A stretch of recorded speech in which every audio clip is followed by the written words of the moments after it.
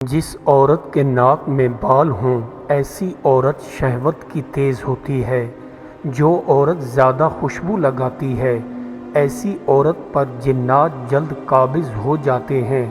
عورت کی قد چھوٹی ہو تو ایسی عورت انجان مرد سے جلدی مائل ہو جاتی ہے۔ جس عورت کے گال موٹے ہوں تو ایسی عورت دولت کی لالچی ہوتی ہے۔ جو عورت رات کو سوتے وقت جھٹکے لے ایسی عورت کے پاس دولت جلدی آتی ہے۔ دانت میں کیڑا لگا ہو تو جامن کھانا شروع کر دو، کیڑا دانت سے باہر نکل آئے گا۔ سونے سے پہلے منقع کھا لینے سے جسم میں کبھی کمزوری نہیں آتی ہے۔ جو عورت رات کو میک اپ کرتی ہے ایسی عورت بہت جلد بوڑھی ہو جاتی ہے۔ گنجے پن سے پریشان ہیں تو سر پر ملائی لگاؤ، سر پر بال گھنے آنا شروع ہو جائیں گے۔ دودھ پینے کے فوراً بعد نہانے سے کینسر کی بیماری ہونے کا خطرہ رہتا ہے۔ گردے میں درد رہتا ہو تو گردے کی جگہ گدھے کا پیشاب لگاؤ، درد ٹھیک ہو جائے گا۔ بائیں جانب ہو کر سونے سے دولت اور رزق کی کمی ہونا شروع ہو جاتی ہے۔ دائیں جانب ہو کر سونے سے دولت اور رزق بڑھنا شروع ہو جاتا ہے۔ سونے کے دوران آنکھوں پر درد محسوس ہو تو سمجھ جاؤ جلد بینائی کمزور ہونے والی ہے۔ بیوی سے جڑواں بچے چاہئیں تو بھوری بھینس کا دودھ روز رات کو پلایا کرو۔ بیوی کو حمل نہیں ٹھہر رہا تو اونٹنی کے دودھ میں سونف ڈال کر بیوی کو پلاؤ۔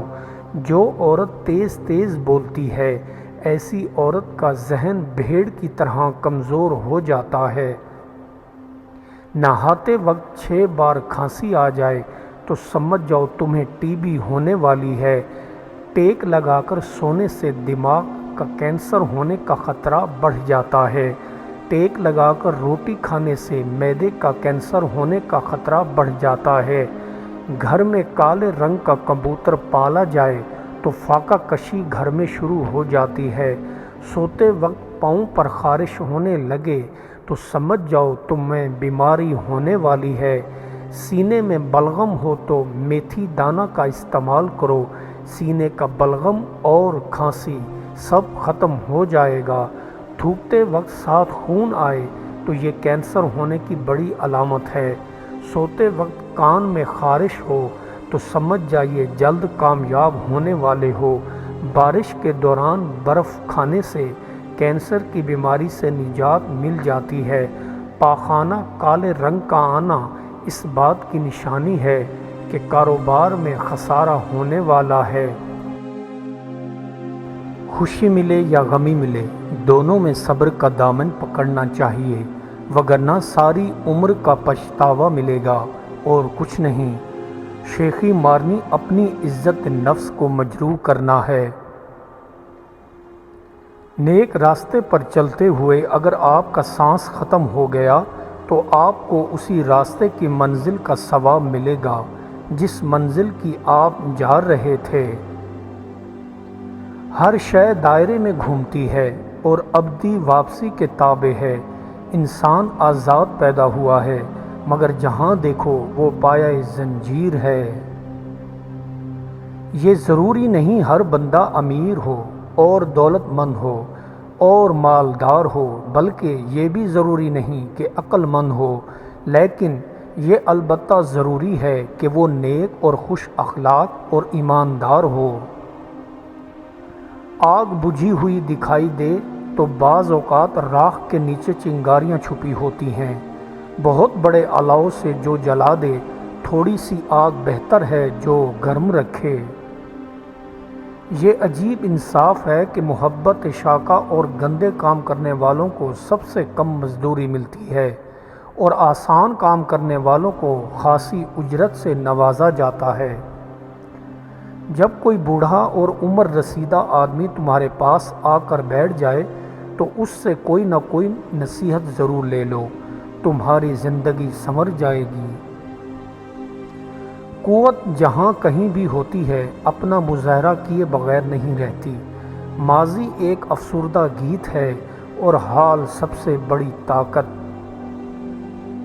انقلاب اس وقت آتا ہے جب سماجی اداروں میں تبدیلی کے ساتھ ساتھ نظام عملاق میں گہری تبدیلیوں کی طرف بھی انسان کا ذہن جانے لگے۔ نفس جو ہے یہ جسمانی مسرتوں کی تمنا کا نام ہے۔ اگر جسمانی مسرتوں کی تمنا کمزور کر دو یا کنٹرول کر لو تو نفس کے شر سے ہمیشہ کے لیے دور ہو جاؤ گے۔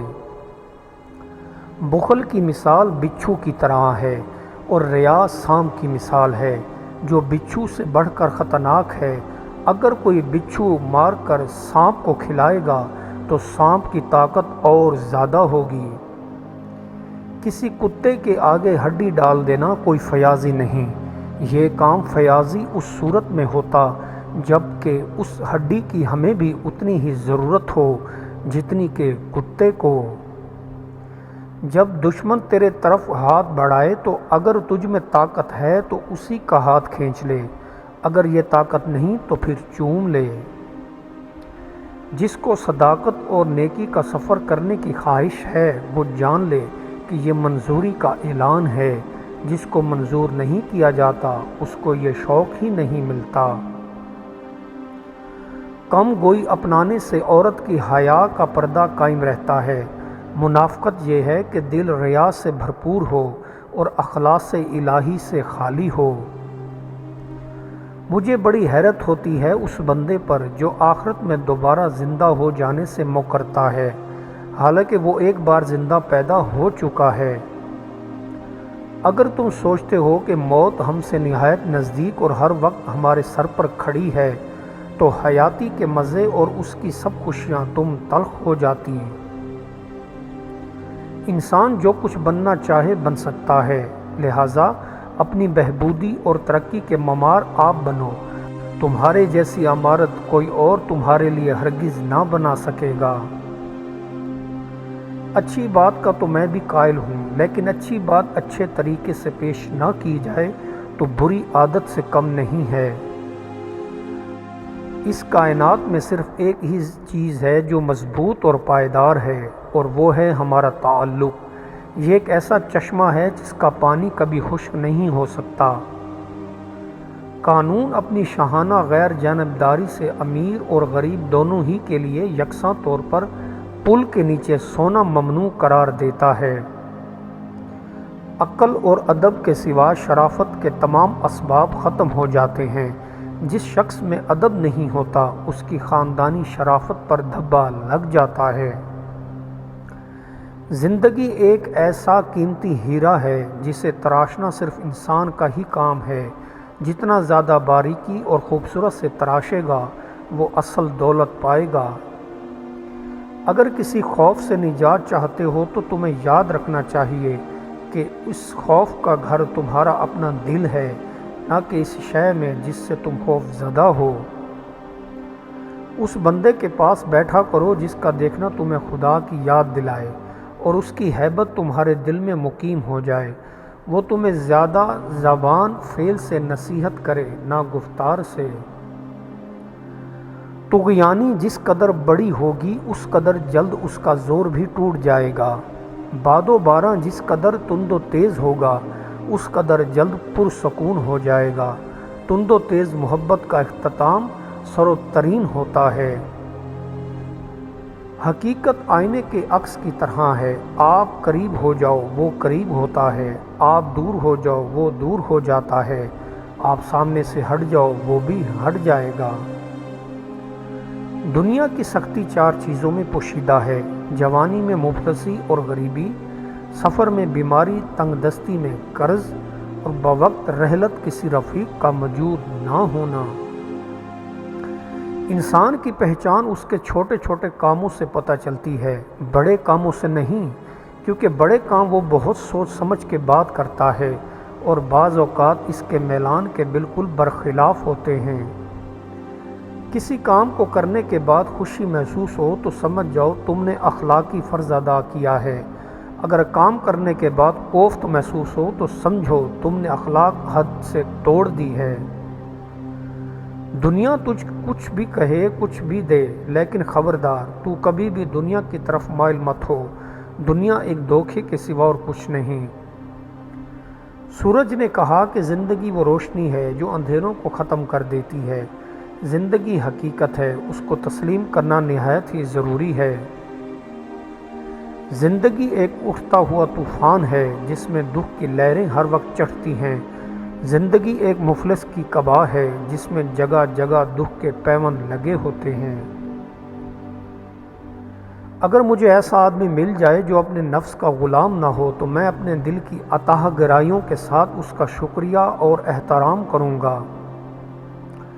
تنہائی کردار کے علاوہ وہ تمہیں ہر چیز مہیا کر سکتی ہے۔ مجھے تنہائی سے بہتر کوئی ساتھی نہیں ملا۔ کسی کے عیب نکالنے سے بہتر ہے کہ زبان کو بند رکھا جائے۔ موت ایک میٹھی نیند ہے، جو سو جاتا ہے وہ پھر روز قیامت ہی بیدار ہوتا ہے۔ مصائب دنیا کو سہل خیال کر اور موت کو ہر وقت پیش نظر رکھ۔ دولت بیوی کی اعضاء میں ہے، بیوی کے دائیں کان میں انگلی ڈال کر ہلاؤ، دولت سے مالا مال ہو جاؤ گے۔ تم میں سے بہتر وہ ہے جس سے بھلائی کی امید ہو اور برائی کا اندیشہ نہ ہو، اور برے وہ ہیں جن سے نہ تو بھلائی کی امید ہو اور نہ ہی ان کی برائیوں سے لوگ محفوظ ہوں۔ اس بے قدر دنیا میں تو دولت ہی صفات کا مجموعہ ہے۔ جس کے پاس دولت ہے وہی عالی نسل ہے، وہی ہنرور ہے، وہی کثیر الزبان ہے اور وہی دیکھنے کے لائق ہے۔ اضافتیں بدلتے جاؤ، راحت و علم کی نوعیتیں بھی بدلتی جائیں گی۔ جس حالت کو ہم سکون سے تعبیر کرتے، اگر ہم چاہیں تو اس کو موت سے بھی تعبیر کر سکتے ہیں۔ کامیابیوں کی منزلیں طے کرنے والا ناکامی کے عبرت کدے میں توڑ سکتا ہے۔ ناکامی کی افتاد سے نکلتا ہوا انسان کا کامیابی کی چوٹی تک پہنچ سکتا ہے۔